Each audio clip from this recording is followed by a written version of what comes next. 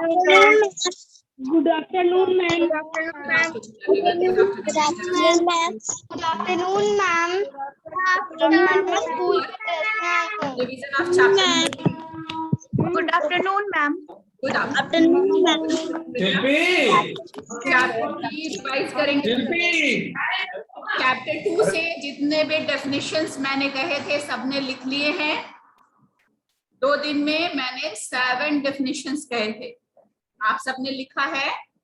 Online वाले बच्चों ने लिखा है? लिखा है? आप लोगों को कल भी बताया था और आज भी फिर से बता दे रही हूँ कि अब हम लोग रिपीटेशन नहीं करने जा रहे हैं, किसी भी चीज को हम लोग रिपीट नहीं करेंगे। आज आप स्कूल में आके पढ़ रहे हैं ऑफलाइन, तो इसके आगे का आपको कल ऑनलाइन पढ़ना होगा, ठीक है? जैसे शुरुआत हमने आपके साथ की रोल नंबर 1 से 22 के साथ, जब चैप्टर 3 की शुरुआत करेंगे तो ऑब्वियसली कल वो कंप्लीट हो जाएगा। तो आप जब आएंगे तो आपका आधा छूटा रहेगा। तो इसके लिए आपको क्या करना है, ऑनलाइन क्लासेस मस्ट करनी है। किसी भी वजह से, नेटवर्क इश्यू से या किसी भी वजह से अगर आप क्लास नहीं कर पाते, ज्वाइन नहीं कर पाते, तब क्या करना है, क्लास वीडियो को देख लेना है। अगर पढ़ना है तो, अगर समझना है तो जाओ, और अगर नहीं पढ़ना है, नहीं समझना है, तब तो आपके पास बहुत सारे चॉइसेस है। आराम से चादर ओढ़िए, सो जाइए, ठीक है? तो बहुत सारे चॉइसेस हैं। बट अगर आपको रियल में, चूंकि अभी तक आपने कुछ नहीं पढ़ा तो भी कोई बात नहीं, हम लोग जो रिवीजन कर रहे हैं वो रिवीजन स्टाइल से नहीं कर रहे, तो हम लोग थॉरो ही पढ़ रहे हैं, पूरे चैप्टर को पढ़ रहे हैं थॉरो। तो अगर आपने अभी तक नहीं पढ़ पाए ऑनलाइन में, किसी भी वजह से, आप गांव में थे, नेटवर्क नहीं था, ये नहीं था, वो नहीं था, तो हम लोग शुरू से शुरू करके पढ़ रहे हैं। बट शुरू से शुरू करके 15 दिन के अंदर में पूरा सिलेबस कंप्लीट करना पॉसिबल नहीं, और वो भी रिपीट करते हुए। इसलिए हम लोग सिलेबस तो कंप्लीट करेंगे बट रिपीटेशन जो है वो नहीं होगा। आज हम लोग चैप्टर नंबर 3 पढ़ेंगे। राधिया, आवाज जा रही है मेरी? जा रही है? आर्यन तिवारी, आवाज जा रही है? कोई दिक्कत? समझ में आ रहा है कि मैं क्या बोल रही हूँ? ठीक, चलिए।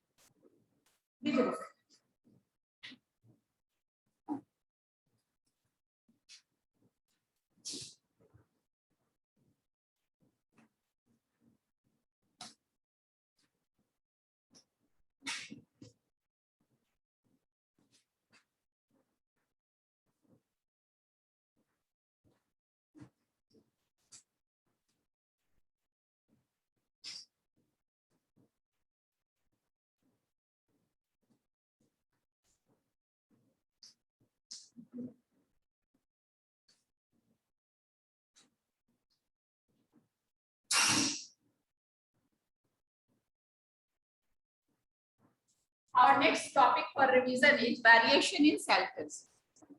In this chapter, we will read about different types of houses and causes for variation in houses. क्या क्या कारण है कि जो ये वेरिएशन है हाउसेस में, डिफरेंट टाइप के घरों में क्यों वेरिएशन है, और किस किस टाइप के घर शुरू से, क्या कॉपी में मैंने जो कहा है, जो मैं इंपॉर्टेंट पॉइंट्स मैं डिस्कस करूंगी, हम लोग डिस्कस करेंगे, उसको आप लोग नोट कर लेंगे। अभी हम लोग पढ़ना शुरू करते हैं, जितने भी पॉइंट्स आएंगे उसको लिखना है, ठीक है? तो इस चैप्टर में हम लोग शुरू से शुरू करेंगे। मीन्स कहने का मतलब कि अर्लीस्ट फॉर्म ऑफ शेल्टर क्या था हमारा, what was our earliest form? It's shoes था हमारा, ठीक, कोई बात नहीं। तो अर्लीस्ट फॉर्म ऑफ शेल्टर से शुरू करके और एट प्रेजेंट अभी मॉडर्न किस टाइप के शेल्टर है। शेल्टर में बेसिकली क्या होता है, बताओ, खड़ी हो। What is the meaning of shelter? What do you mean by shelter? You don't even know the meaning of shelter, then what is the purpose of coming school? Shelter में मतलब होता है घर, हाउस, जहां पे हम रहते हैं, चाहे हम हट में रहे, चाहे बड़ी सी बिल्डिंग में रहे, बैंगलो में रहे, अपार्टमेंट में रहे, फ्लैट में रहे, फुटपाथ पे रहे, टेंट में रहे, वो हमारा सेंटर कहलाता है। समझ गए? तो हमारा वही टॉपिक है वेरिएशन सेंटर्स। ठीक है, तो ऐसे पढ़ने के लिए स्कूल आके क्या फायदा है? कोई फायदा है? कोई फायदा नहीं होगा। तो इसमें हम लोग शुरू करते हैं। Look at picture. पिक्चर है आपके सामने, पिक्चर देख रहे हैं आप लोग। ये क्या है? भीमबेटका रॉक सेंटर का पिक्चर है। दिख रहा है आप लोग को भी? आपके पास भी बुक होगी। तो Bhimbetka rock centre of Madhya Pradesh. ऐसे तो बहुत सारे रॉक सेंटर्स थे, बट ये बहुत फेमस और बहुत पुराना रॉक सेंटर था। रॉक सेंटर मतलब चट्टान का घर, मतलब केव। They are the ancient Stone Age rock center. Stone Age जब बड़े होंगे आप लोग तो Stone Age पढ़ेंगे, आप लोग Metal Age पढ़ेंगे, उसमें पढ़ेंगे तो Stone Age सबसे पुराने काल का है ना, जब से पत्थर था, जब कोई मेटल नहीं आया था, उस समय का ये रॉक सेंटर है। और इसके पेंटिंग्स बनी हुई, बहुत सारे पेंटिंग्स बनी हुई। तो पेंटिंग्स के क्या फायदे हैं? अभी जैसा खूबसूरत तो नहीं होगा, लेकिन लोग जो है उसके पत्थर से ही उकेड़ के, पत्थर से घिस के और पेंटिंग्स बनाते थे। तो कम से कम उस जमाने में क्या था, उनका लाइफस्टाइल क्या था, कौन सा चीज का आविष्कार हो गया था, कौन सा चीज नहीं था, इसके बारे में तो हमें पता चल जाएगा। कैसे पता चल जाएगा? क्योंकि हम जो देखते हैं वही पिक्चर में बनाते हैं ना। जो हमारे पास है ही नहीं वो तो हम पिक्चर में नहीं बना सकते हैं। तो वो पेंटिंग्स हैं, इसके बारे में कुछ इंपॉर्टेंट चीजें हैं कि these permanent settlements are over 9000 years old. 9000 साल पुराने हैं। How many years old? 9000। सोचो कितना साल पुराना है। दूसरी बात जो इंपॉर्टेंट है, दे आर 700 इन नंबर्स। इनकी संख्या कितनी है? मतलब ये जो रॉक सेंटर्स है इसमें गुफाओं की संख्या, जैसे एक मकान में रूम होते हैं वैसे ये पूरा रॉक सेंटर है, इसमें रूम्स या केव्स की संख्या कितनी है? 700। Third important thing, have around 400 paintings. कितने पेंटिंग्स है? कितना साल पुराना है? 9000। कितने केव्स है? पेंटिंग्स कितने हैं? तो इंपॉर्टेंट चीज है, इसको याद रखेंगे। कहाँ है ये भीमबेटका रॉक सेंटर? मध्य प्रदेश में है। भीमबेटका जगह का नाम है और भीमबेटका, इसलिए इसको भीमबेटका रॉक सेंटर कहते हैं। और ये किस स्टेट में है? मध्य प्रदेश में है। तो even anyone ask about that, right a short notes on Bhimbetka rock centre.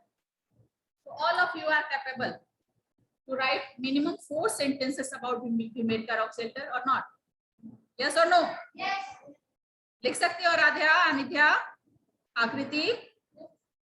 ठीक, तो ये चारों बातें हमेशा याद रखेंगे। अब हम लोग आते हैं हिस्ट्री ऑफ हाउसेस।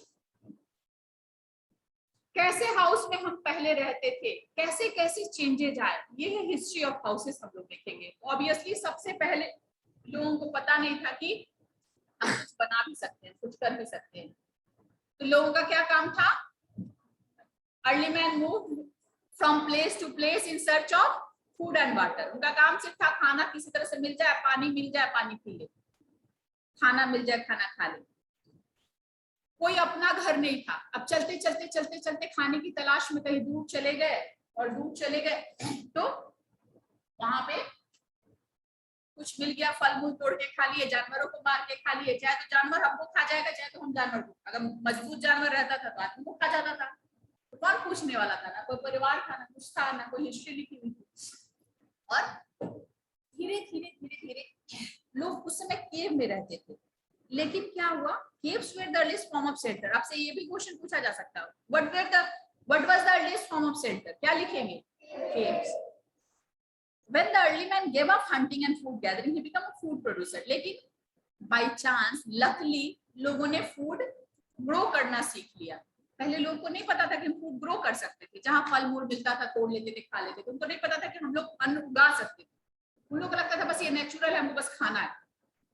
लेकिन एक्सीडेंटली मान लो कहीं बीज गिरा होगा, पौधा जमा होगा और उस पौधे से सेम थिंग हुआ होगा, तो लोगों ने सोचा होगा कि अच्छा हम क्रॉप्स को ग्रो कर सकते हैं। ठीक है, तो लोगों ने क्रॉप्स ग्रो करने शुरू किए और धीरे धीरे ये बिगिनिंग हो गया एग्रीकल्चर की, शुरुआत हो गई। तो पहले तो लोग केव्स में रहते थे, जहां खाना पीना मिला वहां आसपास में ढूंढते थे, कहीं पेड़ के सुरंग में सो जाते थे या कहीं गुफा में सो जाते थे। लेकिन जब लोगों ने खेती, क्या लिख रही हो साक्षी, क्या लिख रहे हैं आप? गलत बात है बेटा, मैं जब पढ़ाऊंगी तो आप लिखेंगे, जब मैं लिखवाऊंगी तो पढ़ेंगे। तो आप जैसे बच्चों से शोभा नहीं देती। कंसंट्रेट करिए माइंड। लिखने को तो आप कभी भी लिख सकते हैं, बट जो मैं बताऊंगी वो तो फिर दोबारा नहीं सुन सकती है ना। और आप ऑफलाइन में आई हैं, आने के बाद भी आपका ध्यान कहीं और है, तो फिर आने से तो फायदा है। बोलिए। और मैं चाहती हूँ कि हमारे जितने भी बच्चे हैं जो सिर्फ ऑफलाइन में ऑनलाइन में पढ़ रहे हैं, वो भी स्कूल आए, है ना। सारे बच्चे आ रहे हैं, ऑलमोस्ट बच्चे आ रहे हैं, तो आप लोग भी आए।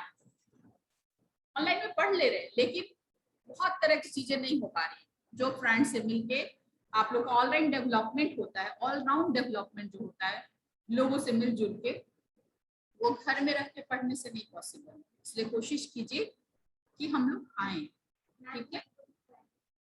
जाओ। तो इस तरह से शुरुआत हुई, और लोग जो है, अब मान लो कि अन्न उगाएंगे यहाँ और चले जाएंगे कहीं और, तो खाएगा कौन? दूसरा कोई ना। तो लोग सेटल होके रहने लगे, लोग जो है वो सेटल लाइफ बिताने लगे। This was the beginning of agriculture, it bought a great change in his life and the type of dwellings. Dwellings means रहन सहन, जीवन जीने का तरीका, सलीका, ठीक है। Now he started living a settled life close to the water bodies as he needed water for his crops and other domestic activities. उसके बाद वो लोग क्या किए कि अपना घर बसा के रहने लगे। कहाँ रहने लगे? नदियों के किनारे। आप सोचोगे कि नदी के किनारे रहने की क्या जरूरत है? मोटर से पानी पटा देते। उस समय मोटर था, पंपिंग सेट था, ट्यूबवेल था? नहीं था। लोगों को खेत में पानी डालना होता था, दूर से थोड़ी लाएंगे। तो खेतों की कमी नहीं थी, जमीन की कमी नहीं थी, लोगों की कमी थी। तो लोग जो खेती करते थे तो नदियों के किनारे ही खेती करते थे। और वहीं पे चूंकि हर जगह हट, तो ये केव पॉसिबल नहीं था, तो उन लोगों ने हट बना के रहना शुरू किया। तो in this way the earliest form of shelter cave change into the हट। इस तरह से केव से जो है जब सेटल लाइफ आया तो लोग हट में रहने लगे, ठीक है। केव से हट में रहने लगे। इसके बाद क्या हुआ? इसीलिए आप सुनते होंगे जो भी अर्लीस्ट सिविलाइजेशन की बात करते हैं, अर्ली सिविलाइजेशन की बात करते हैं, तो किसी न किसी नदियों के किनारे होता है। क्यों? क्योंकि लोग नदियों के किनारे ही बसते थे, क्योंकि पानी का सोर्स ही था रिवर। तो रिवर बैंक पे भी ही जो भी हमारे सिविलाइजेशन, हाँ, जानवरों को पालते थे, जानवरों को भी चाहिए, खुद भी पानी पीने के लिए चाहिए, पौधों को भी पानी चाहिए, ठीक है, डोमेस्टिक नीड्स के लिए भी पानी चाहिए। तो इसलिए वो लोग नदियों के किनारे ही बस जाया करते थे, और लोगों ने हट बनाना शुरू किया। He started building huts with branches and leaves of tree. उसके बाद उन्होंने जो है वो पेड़ों की डालियां तोड़ के और पत्तों से मिला के बनाना शुरू किया। ये स्टार्टिंग था हट का। धीरे धीरे उन्होंने क्या किया? Later on, the early man discovered that the wall of hut could be made with mud. उसके बाद उन्होंने सोचा कि थोड़ा स्ट्रॉन्ग, क्योंकि अब झोपड़ी खड़ा किए तो हवा भी आता था, है ना। केव में रहते थे वो लोग तो ज्यादा सेफ थे, ना बारिश आता था ना कुछ था। लेकिन केव में कैसे रहते? जब उनका पेड़ पौधा था यहाँ, तो उनको तो हट में ही रहना था। तो उसके बाद उन्होंने मड, गीली मिट्टी, मतलब मिट्टी को गीला करके उसका लेप लगाना शुरू किया। तो उससे थोड़ा सा स्ट्रॉन्ग हो गया, हवा वगैरह कम आने लगी, थोड़ा सा स्ट्रॉन्ग हो गया। और आज भी ऐसी झोपड़ी आप लोग को गीली मिट्टी से बना के वो मिलेंगे। These type of huts are still found in villages. We have come a long way from the times when huts were the only type of shelter. Today we have different types, size and design of houses in different parts of India. काफी दिनों तक हट चला, लेकिन जैसे जैसे modernisation होता गया, और आज के डेट में आप देख रहे हैं मॉडर्न बिल्डिंग है, बड़ी बड़ी बिल्डिंग्स हैं, बड़े बड़े बैंगलोज हैं, शीशा का ही घर बन जा रहा है, बहुत सारे तरह के घर बन रहे हैं। तो ये किस पे डिफर करता है? क्यों चेंज होता है? किस किस चीज पे असर होता है? क्यों हमारे घर जो है, पहले तो सिर्फ हट ही था, लेकिन आज तरह तरह के घर है। ये इतने प्रकार के घर क्यों होते हैं? What are the factors that are responsible for variation in houses? Anyone? No. Without book. हाँ प्रियेश बताइए। Anidhya you may write in the chat box. Priyesh बताइए। मैं क्वेश्चन रिपीट नहीं करूंगी, बिना क्वेश्चन रिपीट किए हुए कौन बताएगा। मैं अनिध्या को अनम्यूट करती हूँ। अनिध्या बताओ। सुनो ma'am, landforms, climate, availability, materials and etc. what is the meaning of availability? Availability of materials. These two are combined, not availability. Availability of materials and fourth money. Okay. Now, these four are important factor for variation in houses. ये जो चार है कि कैसी जगह में हम घर बना रहे हैं, बालू पे बना रहे हैं, समुद्र के किनारे बना रहे हैं, प्लेन में बना रहे हैं, पहाड़ों पे बना रहे हैं, भूकंप वाले जगह पे बना रहे हैं, अर्थक्वेक प्रोन एरिया में बना रहे हैं, उस पर डिफर करता है कि घर कैसा बने, बड़ा छोटा स्लोपिंग रूफ बने, फ्लैट रूफ बने। दूसरा है क्लाइमेट, मौसम कैसा है, ज्यादा ठंडा पड़ता है, बहुत ज्यादा जहां बर्फ पड़ता है, लोग इग्लू में रहते हैं, बर्फ के घरों में रहते हैं, है ना। बारिश ज्यादा होती है तो वहां पे भी उस ढंग का घर होता है, वाटरप्रूफ मटेरियल से घर बनते हैं। तो क्लाइमेट का असर होता है। तीसरा है materials available for building a house, है ना। मटेरियल्स अवेलेबल, यहाँ पे अनिध्या की गलती में कमा दिया हुआ है जो नहीं देना चाहिए। Materials, the point is materials available for building a house. क्या मटेरियल वहां पे अवेलेबल है, जहां पे जो मटेरियल ज्यादा होता है, राजस्थान वगैरह में जाइएगा तो पत्थर बहुत है, वहां पे मार्बल बहुत है, तो लोग मार्बल के घर बनाते हैं, यहाँ भी बनाते हैं, लेकिन यहाँ थोड़ा कॉस्टली होता है। जहां पे जिस ढंग का मटेरियल अवेलेबल होता है, जंगलों में जो घर बनते हैं लकड़ी के ज्यादा बनते हैं ना, तो जो मटेरियल ज्यादा अवेलेबल होता है हम लोग उसको यूज करते हैं। और fourth but most important thing that the money, पैसा कितने हैं आपके पास। अब यहाँ तो सबका क्लाइमेट सेम है, पटना में सबके लिए क्लाइमेट सेम है, लैंडफॉर्म सेम है, मटेरियल सेम है, फिर भी घर तरह तरह का दिखता है, हजारों तरह का घर दिखता है। वो किससे फर्क पड़ता है, जमीन कितना है आपके पास, मतलब पैसा कितना है, कितना पैसा खर्च कर, लैंडफॉर्म्स, है ना। अब मान लीजिए कि मेरे पास 1 ही लाख रुपया है, तो हाँ मेरा मन है कि हम 4 मंजिला घर बना ले, तो बना लेंगे नहीं बना पाएंगे। No ma'am. तो ये चारों फैक्टर्स जरूरी है, जिसमें सबसे इंपॉर्टेंट है of course money that we want to spend on the making houses, है ना। पहला लैंड, दूसरा क्लाइमेट, तीसरा मटेरियल, चौथा मनी। ओके, आगे बढ़ते हैं। Types of shelter on the basis of landform. पहला लेके चलते हैं कि लैंडफॉर्म के आधार पे क्या क्या चेंजेस होते हैं घरों में। लैंडफॉर्म मतलब जमीन कैसा है, पहाड़ है, प्लेन है, बालू है, समुद्र का किनारा है, कैसा है लैंडफॉर्म। ठीक है, आवाज आ रही है ना। Yes ma'am, your sound is आराम से क्लियरली समझ में आ रहा है, कोई दिक्कत? Yes ma'am. किसी को कोई दिक्कत नहीं है? फिर भी बहुत सारे बच्चों ने हैंड रेज किया हुआ है, आज मैं पूछ ही लेती हूँ किसको। राधिका रंजन, क्या दिक्कत है बोलो, कोई दिक्कत है बेटा? राधिका रंजन बोलो। No ma'am, no ma'am. तो आगे हम लोग बढ़ते हैं लैंडफॉर्म पे। In hilly areas houses are built with sloping roof. पहाड़ों पे बर्फ ज्यादा गिरते हैं, तो बर्फ ज्यादा गिरेंगे तो ऐसे इस पे बर्फ गिरेगा तो इसी पे रह जाएगा ना, और ऐसे रहेगा अगर तो क्या होगा, स्लाइड डाउन हो जाएगा, गिर जाएगा। तो पहाड़ों पे जहां बर्फ ज्यादा गिरते हैं वहां पे स्लोपिंग रूफ के घर बनते हैं। It helps the snow and rain to slide off easily without damaging the roofs. इससे क्या होता है, आसानी से बर्फ जो है वो स्लिप कर जाता है, गिर जाता है, और रूफ मतलब छत जो है वो डैमेज नहीं होता है। Such houses are found in Srinagar, Shimla. India में जहां पे बर्फ गिरते हैं, जम्मू एंड कश्मीर है, हिमाचल प्रदेश है ना, शिमला, मनाली या श्रीनगर, ये सब जगहों में जहां पे बर्फ गिरते हैं वहां पे आपको ऐसे घर मिलेंगे। The houses here are mainly made of cement, bricks and wood.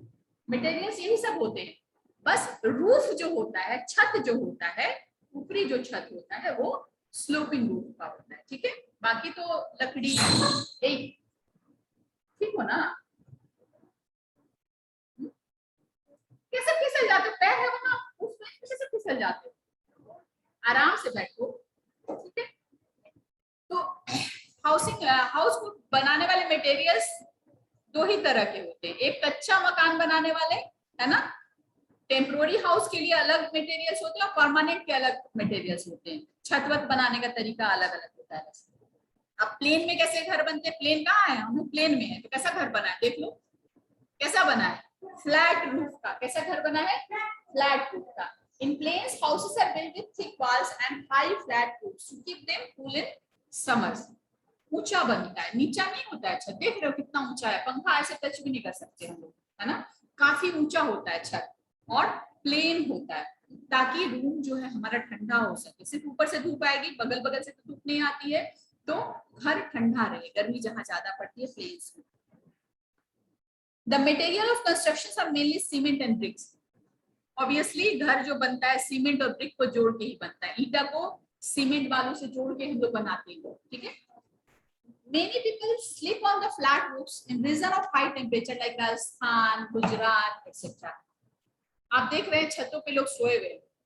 People sleeping on the roof. रात में शाम से छत पूरा ठंडा हो जाता है, ठंडी ठंडी हवा आने लगती है।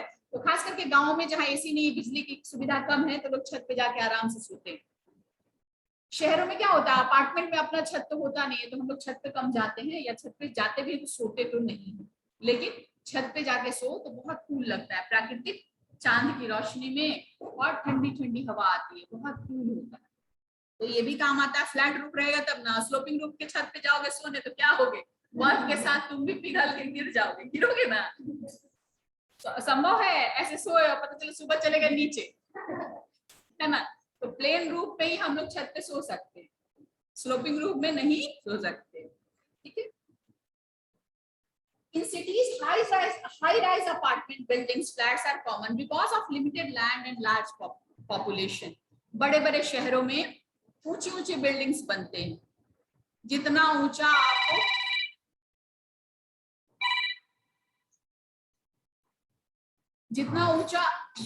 आपका गवर्नमेंट का परमिशन होता है, 4 मंजिला, 6 मंजिला, 8 मंजिला, 10 मंजिला, बड़े बड़े शहरों में 20 मंजिला, 40 मंजिला, 50 मंजिला, 100 मंजिला, जितना परमिट होता है उतना बनाते हैं, क्योंकि जमीन कम है। आकाश की कमी अभी नहीं है, पता नहीं कभी आकाश की भी कमी हो जाए, बट अभी तक आकाश की कमी नहीं है। तो लोग एकदम एक के ऊपर एक के ऊपर बनाते जाते हैं, क्योंकि लोग ज्यादा है बड़े शहरों में और जमीन क्या है, कम। तो वहां पे कैसे घर बनते हैं? हाई राइज अपार्टमेंट या बिल्डिंग्स बनते हैं बिकॉज ऑफ द लिमिटेड। तो दोनों फोटो आप देख रहे हैं, ये देख रहे हैं हाई राइज अपार्टमेंट। काउंट करके बताइए कितना मंजिल है, अभी नहीं, घर से करके लाइए। कितना मंजिल है, ये होमवर्क है, पता करके बताना। In coastal areas and on island, people build stilt houses. Coastal area मतलब जहां पानी आने की संभावना ज्यादा है। कोस्टल एरिया मतलब क्या होता है? समुद्र के किनारे का एरिया, है ना? वहां पे लोग स्टिल्ट हाउसेस बनाते हैं। मतलब क्या होता है, पानी आ जाता है तो नीचे रहेंगे तो घर में पानी घुस जाएगा, पता चला सोए हुए हैं, सोए थे बिस्तर पे और रात में पूरा पानी आ गया, पानी में डूब गए। तो लोग क्या करते हैं, खंभे के ऊपर में घर बनाते हैं ना। द हाउस ऑन स्टिल्ट, खंभा होता है और खंभे के ऊपर में घर बनाते हैं। ऊपर तो पानी क्या होता है, नीचे से आता है जाता है, लोग कोई फर्क नहीं पड़ता है और लोग ऊपर आराम से रहते हैं। तो ऐसी जगहों में स्टिल्ट हाउसेस बनाए जाते हैं। In the flood prone areas houses are made a few feet above the ground level to keep them dry. कुछ फीट ऊपर होता है ताकि वो ड्राई रह सके।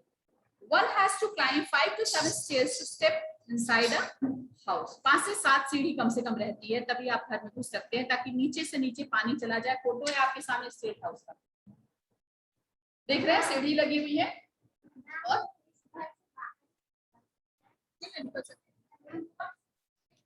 क्यों बोर्ड से चले जाओगे? डूबने लायक पानी थोड़ी रहता है, डूबोगे नहीं। अभी कैसे चप्पल पहन के आए हो, डूब जाते हो पानी में? नहीं। तो जैसे तुम्हारे घर के पास पानी लगा है, ऐसे ही समुद्र के किनारे पानी लगा रहता है ना? अभी देखो चप्पल पहन के आए खुद, मैंने पूछा तो बोला कि घर के बगल में पानी लगा हुआ। तो डूबते तो नहीं हो, बोट से तो नहीं आए हो? बोट से आए हो तो बोट से आओगे। इतना पानी होगा तब तो तुमको कहीं अलग प्लेस पे ले जाना। समुद्र के इलाके में भी जहाँ रहने वाला घर है, वहां डूबने जैसा पानी थोड़ी होता है। पानी आ जाता है चला जाता है, जब खूब तेज ये आता है लहर आता है तो फिर पानी आ गया फिर चला गया पानी, ऐसा होता है। ठीक है, तो लोग ऐसी जगह में जहां पानी आ जाएगा तो पानी में घर कोई थोड़ी बनाएगा, आने की संभावना जहां होती है वहां पे ऐसे घर बनते हैं। पानी ऑलरेडी है, उसी पानी में घर हम थोड़ी बना के रहेंगे, नहीं रहेंगे ना। In the flood prone areas houses में ये बता दिया आपको, they keep the inhabitant safe from wild animals, इससे जंगली जानवरों से भी बचते हैं, पानी से भी बचते हैं। The flood water easily drains out from in between the stilts without damaging the house. Stilt houses are made of bamboo, wood and coconut sap. इन सब चीजों से, ये सब स्टिल्ट हाउस जो है वो परमानेंट नहीं होता है, ये टेम्पोररी होता है। अब जरा फटाफट से आप लोग कॉपी निकालिए तो चैप्टर 2 का जो डिफिनेशन मैंने दिया था, ऑनलाइन वाले बच्चे भी फटाफट निकाले, मैं गैलरी व्यू में करके देख लेती हूँ कि एक्चुअली कितने बच्चों ने बनाया है। आप लोग भी निकालिए फटाफट, ऑफलाइन ऑनलाइन दोनों, कितने बच्चों ने बनाया है। कल मैंने बार बार वीडियो में कहा था, आप लोग कल ऑनलाइन में होंगे, कोई नहीं था, क्या कर रहे थे, घर में बैठ के मस्ती कर रहे थे। ऑनलाइन क्लास चलता है आप लोग के लिए ना, एक दिन आना है दूसरे दिन नहीं आना है तो आपको ऑनलाइन करना है। क्यों नहीं किया? अभी देखो आज भी मात्र 37 स्टूडेंट्स हैं, सिर्फ 37। दिखाओ कॉपी, कोई नहीं है ऑफलाइन में, कोई नहीं है। एक डंडा लेके आऊंगी, उसी डंडे से पिटाई शुरू करूंगी, जो होमवर्क दिया जाता है उसको किया करो तुम। ऑनलाइन में कितने बच्चे हैं दिखाओ। अनिध्या का है, इसके बाद है आराध्या वर्मा का है, 2 बच्चों का दिखा मुझे बस, श्रेयस का है, और कोई नहीं बनाया है, 3 बच्चे हैं, और ऑफलाइन में कोई नहीं है। काम चलेगा ऐसे। आज जो मैंने पढ़ा दिया, जब आप परसों आएंगे तो इससे काफी आगे हम लोग बढ़ चुके होंगे, ये जान लीजिए, क्योंकि कल भी मैं पढ़ाऊंगी ना। तो आज जो आपको पढ़ाया वो कल नहीं पढ़ाने वाली हूँ, उससे आगे पढ़ाने वाली हूँ। तो होमवर्क के लिए आपको ऑनलाइन ऑफलाइन दोनों में जुड़ना होगा, नहीं तो बस आधे आधे रह जाएंगे। स्टेट हाउस पढ़ लिया आप और बाकी के हाउसेस पढ़ेंगे अगले वाले बच्चे, यही होगा ना। तो आपको ऑनलाइन प्लस ऑफलाइन दोनों में जुड़ना होगा, तभी पॉसिबल है। मात्र 4 बच्चों ने हैंड रेज करो, जितने बच्चे किए हुए हैं। राधिका ने भी लिखा है, गुड। मैक्सिमम का तो कैमरा ही ऑफ है, तो सोचना ही क्या है, पूछना ही क्या है।